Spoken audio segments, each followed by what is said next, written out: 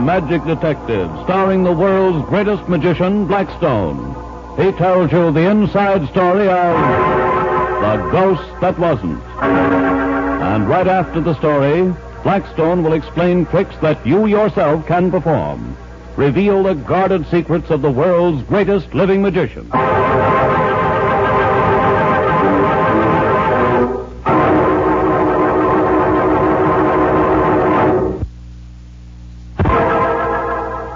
And now, stand by for Blackstone, the Magic Detective.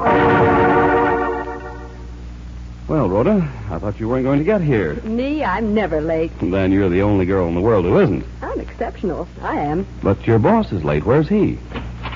Sorry to be held up, but even magicians get caught in traffic jams. Well, it's only a couple of minutes. A couple of minutes?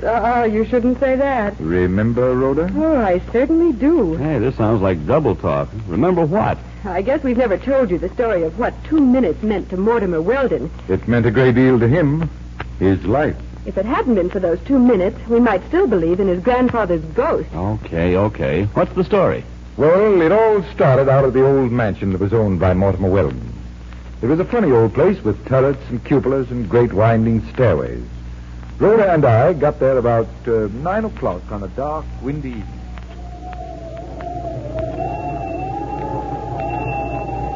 What did Weldon want to see you about, Blackstone? Did he say? No, he didn't. But I think that... Mr. Blackstone? Yes. Good evening. You're... Mortimer Weldon. Won't you come in? Thank you. Well, this is an interesting place you have here, Mr. Weldon. Yes. I've always liked it. Until recently.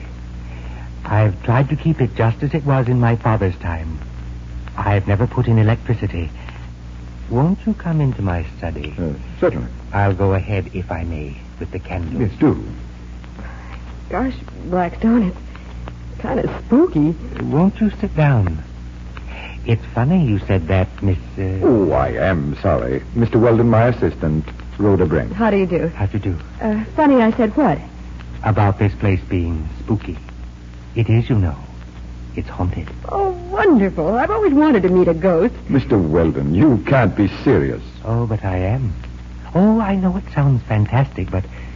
Well, I want to give you the whole story, if I may. Please.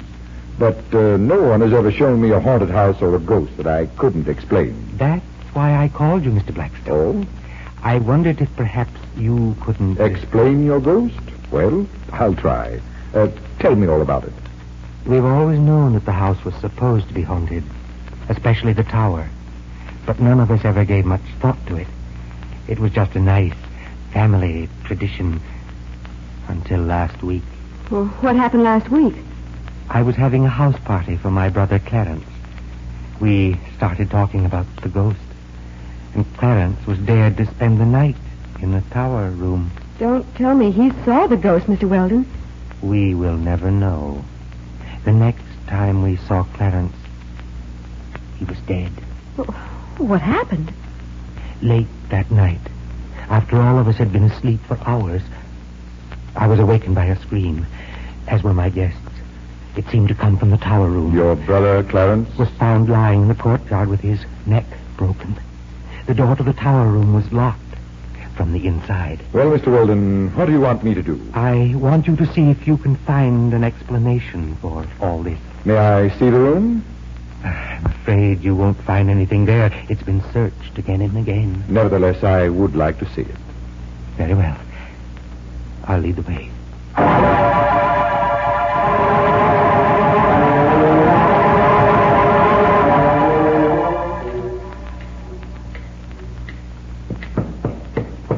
Well, the walls seem to be solid enough. Well, there doesn't seem to be a secret door. Yes, that was my first thought, but I couldn't find a trace of one. Well, the next thing for us to do is measure the place. Sometimes there's a difference in measurement that will show up a secret door where tapping won't. Oh, 10 o'clock. Is that clock right, Mr. Weldon? Oh, yes. It has always kept excellent time. So many of those old grandfather clocks do. This is a very beautiful example. Yes, I've always been very fond of it. Yes, it's the right time to the second, according to my watch. Shall we go down and get a yardstick? We want to get on with this very unpleasant business. I've got a tape in the car. I'll get it. Oh, I ought to go with him. These old corridors are tricky sometimes. He may get lost. Coming, Miss Brent? No, thanks.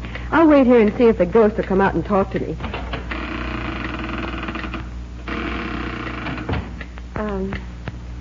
Hello, ghost? Hello, ghost.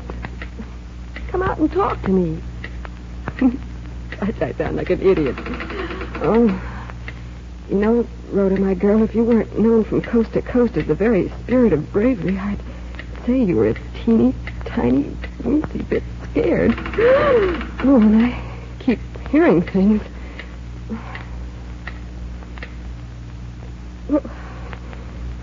The clock stopped. And the candle's gone out. I don't like it here. Oh, get away!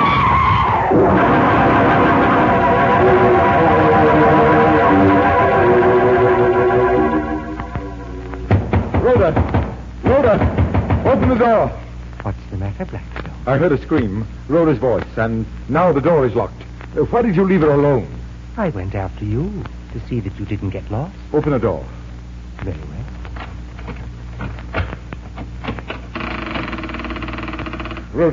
Rhoda, are you all right?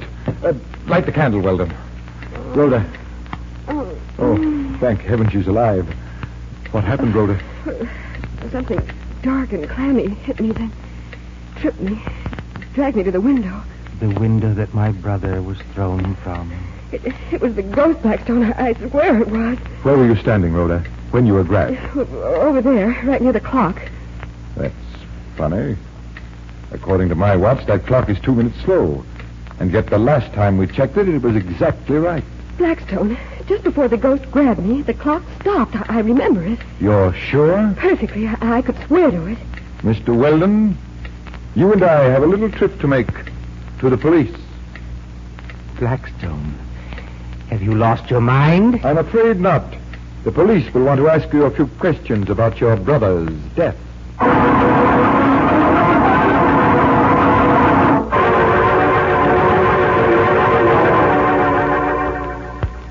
But was he really guilty? Did Weldon kill his own brother and grab Rhoda? And was Weldon a ghost? Yes, to all those questions. But how did you know? It was very simple, really. Once Rhoda pointed the way, I knew that there had to be some exit and entrance to that room. There had to be. And there was only one place in that room that we hadn't searched. The clock? Right. We found later that there was a secret door built into the back of the clock. There was only one mistake that Weldon made. You had to take the pendulum off in order to get in and out. And that stopped the clock. Weldon was in too much of a hurry to reset the clock after he got through with slugging me. But why did he slug you, Rhoda? Well, that puzzled me for a little while, too, but we finally figured that it was to bear out his story of the ghost. The same reason, really, that he called Blackstone in. He had heard that I had never found a ghost I couldn't explain. And he was so confident of himself and his scheme that he felt if I failed to discover the secret, no one could. It's lucky you know so much about escapes, Blackstone. We might never have discovered how Clarence Weldon was killed. And so another mystery was solved by a knowledge of magic. Well, Blackstone, you got a new trick for us today? Yes, I have a very baffling one, but I'll have to borrow some money. It seems to me that all of the tricks start that way when I'm around. What do you want this time? Another quarter? No. It's time we were playing with bigger money. I need $1 this time. Oh, well, there you are. Thank you. Where do I come in on this? Well, you see those 2 bottles, Rhoda? These? Yeah. Yes. And those glasses? Right. Okay. Just pour the contents of the bottles into the glasses. This sounds interesting. Let's see. Didn't you do a trick with glasses one time before? Yes, but this time we aren't using the glasses. We're using the bottles. That's why Rhoda's emptying. Oh, there they are. Now, take Don's dollar bill and set one end of it on top of a bottle. Hold it there. There you are. What do I do next? Just keep it there while I set the other bottle upside down on top of it. Oh, I see. You're going to trap my dollar bill right between the tops of the 2 bottles. You mean he's going to try to? It isn't easy to balance one bottle on top of another. Why, it's very easy, Rhoda. See? Well, he's done it. And there's my dollar bill sticking out from between the two bottles. Well, is the trick over? Oh, the trick is just beginning. What I want you to do is to remove the dollar bill from between the bottles without disturbing either one. Oh, you expect us to leave the bottles balanced just as they are? That's right. But that's impossible. Well, you think it over, Rhoda, and maybe you'll find a way to do it. If you don't, I'll be back in a few minutes and explain it to you.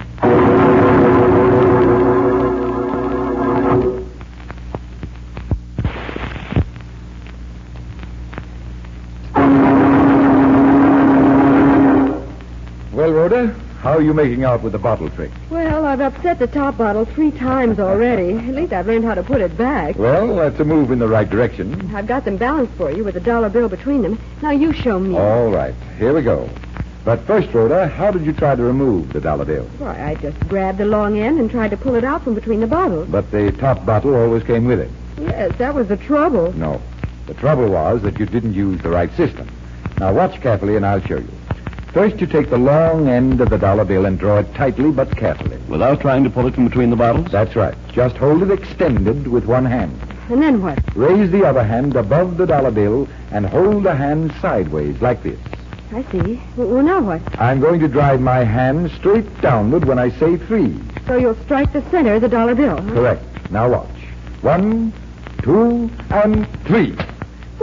Why, you snapped the bill right from between the bottles. The bottles are standing exactly the way Rhoda fixed them. The top bottle didn't even move. And that's how the trick is done.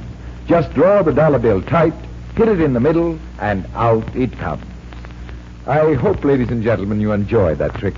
And now, until next week, this is Blackstone wishing you good magic and goodbye.